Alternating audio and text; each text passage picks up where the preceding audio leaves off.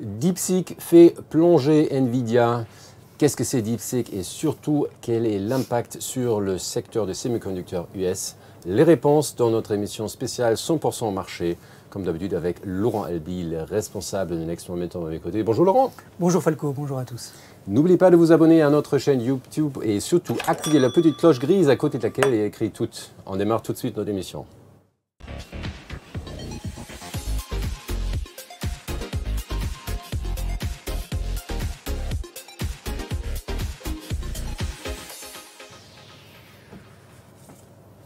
Alors Laurent, Nvidia est en train de chuter de 10% avant l'ouverture de Wall Street. Qu'est-ce qui se passe en ce moment?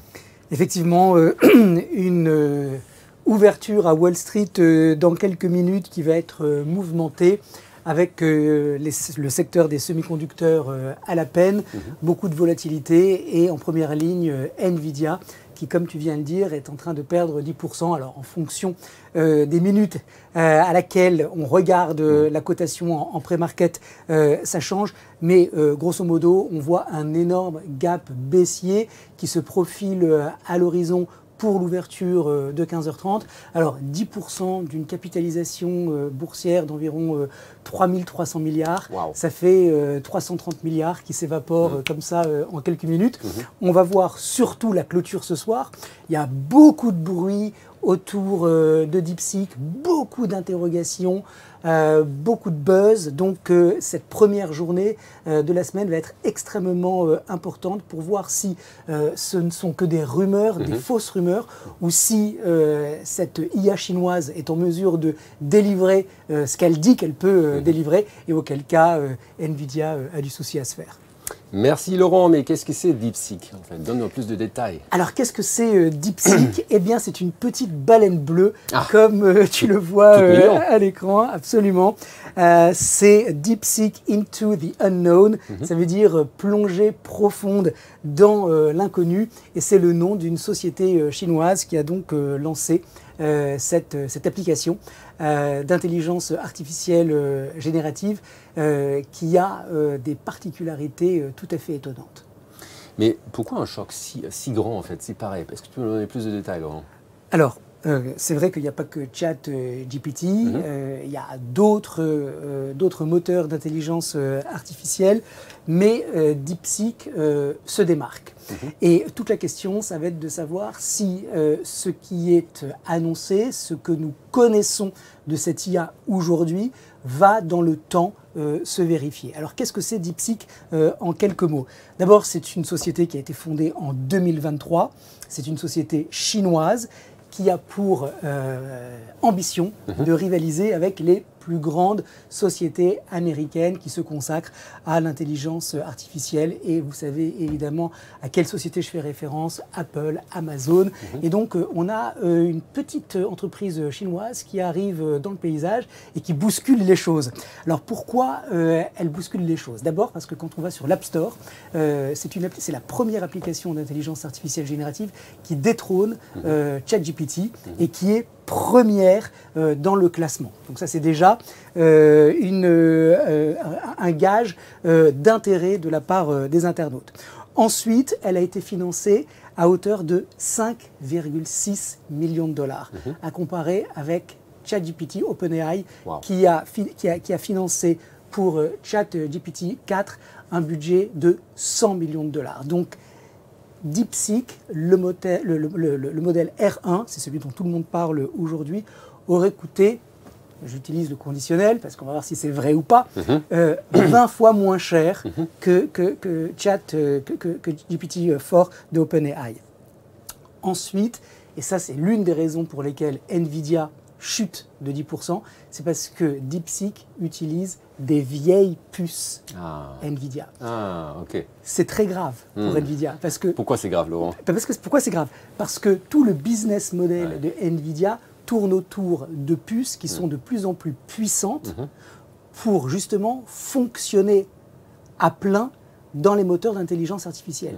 Mais si on a un acteur qui arrive à livrer la même performance avec des vieilles puces de Nvidia, ça veut dire que les budgets faramineux dont on a pris connaissance depuis quelques mois. Je parle de Meta, je parle de Amazon, je parle de Apple, je parle évidemment de Microsoft. Peut-être qu'ils ne vont plus avoir besoin d'acheter des puces aussi performantes.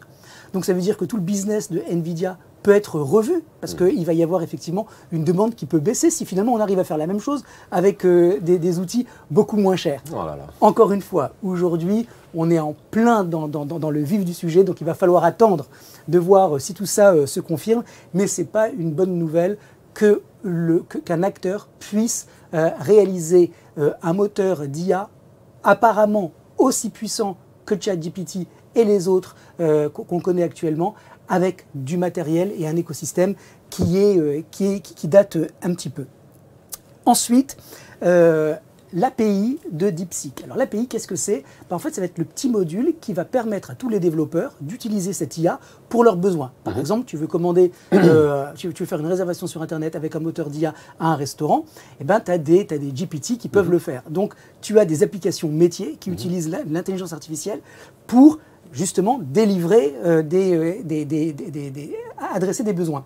Et donc, ces applications métiers, on les fait parler avec le moteur d'intelligence artificielle via ce qu'on appelle une API. Et ça coûte de l'argent.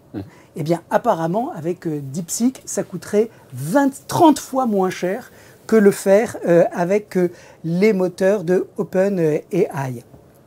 Ensuite, le modèle R1, qui a été donc révélé au public vendredi dernier, est un modèle de raisonnement qui coûte 27 fois moins cher dans son fonctionnement que le moteur de OpenAI. Donc tout ça, ça pose un problème paradoxal, c'est que si tout cela est vrai, tu peux facilement... Et en plus, c'est gratuit. Ah oui, alors j'ai oublié de préciser. C'est gratuit, parce que c'est de l'open source. Donc, vous vous souvenez sûrement, pour ceux qui sont un petit peu âgés, comme moi, dans les années 90, il y avait cette bataille interminable entre d'un côté Windows et de l'autre Linux, d'un côté un système propriétaire, de l'autre de l'open source. Finalement, c'est un peu Windows qui a gagné. Là, c'est pareil. C'est-à-dire que d'un côté, on a OpenAI, société privée, qui lève des capitaux à chaque fois plus impressionnants les uns que les autres, à chaque tour de table. Et puis en face, on a de l'open source. Donc de l'open source, ça veut dire que n'importe qui a accès au code de DeepSeek. Et donc, ça coûte beaucoup moins cher de le faire tourner. Et ça consomme également beaucoup moins d'électricité, ce qui est également un facteur important. Ensuite, DeepSeek, c'est pour les scientifiques. C'est-à-dire que c'est une intelligence artificielle qui est focused sur les problèmes mathématiques, les problèmes de physique, contrairement à ChatGPT qui est, on va dire, plus généraliste. Donc ça, c'est vraiment un moteur d'intelligence artificielle pour geeks. Et puis, voilà, le dernier point, c'est ce que je disais tout à l'heure, c'est de l'open source. Ça veut dire qu'il y a une licence qui a été déposée aux États-Unis. Le code de l'IA, on y a accès, on peut le modifier, on peut le prendre, le transformer en fonction de ses besoins. C'est très différent de OpenAI qui fonctionne encore un peu, et c'est normal, comme une boîte noire. Merci Laurent. Qu'est-ce qu'on peut prédire ou qu'est-ce qu'on peut estimer sur l'impact en fait, que tout ça va avoir sur le secteur de semi-conducteurs US, Laurent? C'est pas une très bonne nouvelle. Pas une très bonne nouvelle? C'est pas une très bonne nouvelle, en tout cas pour le secteur américain, parce que si, encore une fois, je l'ai répété plusieurs fois pendant cette émission, mais si ce qu'on nous dit se révèle exact dans le temps, et si DeepSeek arrive à supporter la charge de requêtes qui va être faite, parce que c'est gratuit et c'est puissant, donc vous pouvez imaginer le nombre de téléchargements qui ont lieu actuellement pour le faire tourner. Donc s'il n'y a pas de plantage, s'il n'y a pas d'engorgement, c'est une vraie révolution d'une certaine façon. Et donc ça risque effectivement d'avoir un impact sur le secteur des semi-conducteurs parce que, comme je le disais tout à l'heure, c'est vraiment un facteur très important. Ce moteur d'IA tourne avec des puces qui ne sont pas du dernier cri. Oui. Et donc toute l'innovation technologique qui était de mise sur le secteur, elle va être peut-être un petit peu moins nécessaire. Alors, on voit sur le secteur des semi-conducteurs, si on avait fait cette émission sans savoir ce qui allait se passer ce week-end avec DeepSeek, je t'aurais dit c'est super encourageant ce qui se passe sur le secteur des semi-conducteurs. Parce qu'on a une tentative, en haut, regardez, on a le secteur lui-même, on a une tentative de sortie de range. Bah oui. Donc ça, c'est plutôt positif. Après vraiment une latéralisation qui dure depuis le mois d'août dernier et donc une vraie sous-performance. Quand on regarde en bas les lignes de participation, le nombre d'actions du secteur des semi-conducteurs dont la moyenne mobile 21 jours a croisé la moyenne mobile à 63 jours, hein, donc c'est-à-dire le prix moyen sur un mois qui croise le prix moyen sur 3 mois, quand ça arrive, c'est souvent un signal qu'on a une hausse pérenne. Eh ben, on l'a eu justement. On était à 20% des actions du secteur dont les actions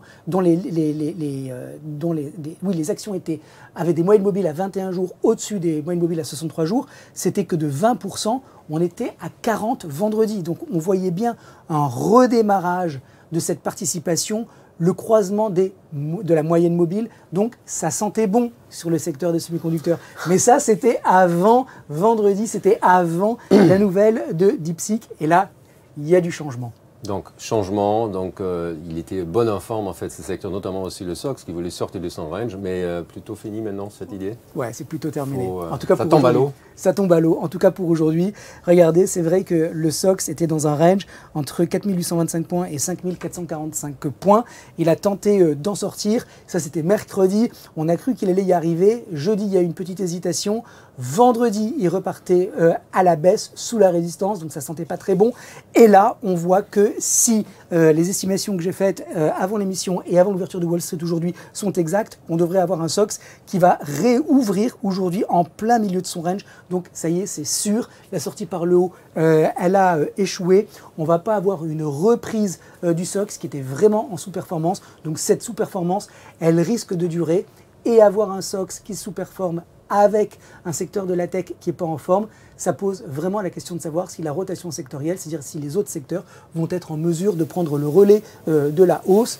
Rien n'est moins sûr. Donc on a une petite IA chinoise qui est en train de bousculer les mastodontes de la cote, d'autant plus, et ce sera le mot de la fin, qu'on va avoir des résultats d'entreprise extrêmement importants cette semaine avec Amazon, Apple, Tesla, des entreprises qui ont investi massivement dans l'IA. En plus, on a la Fed mardi, c'est-à-dire demain et mercredi.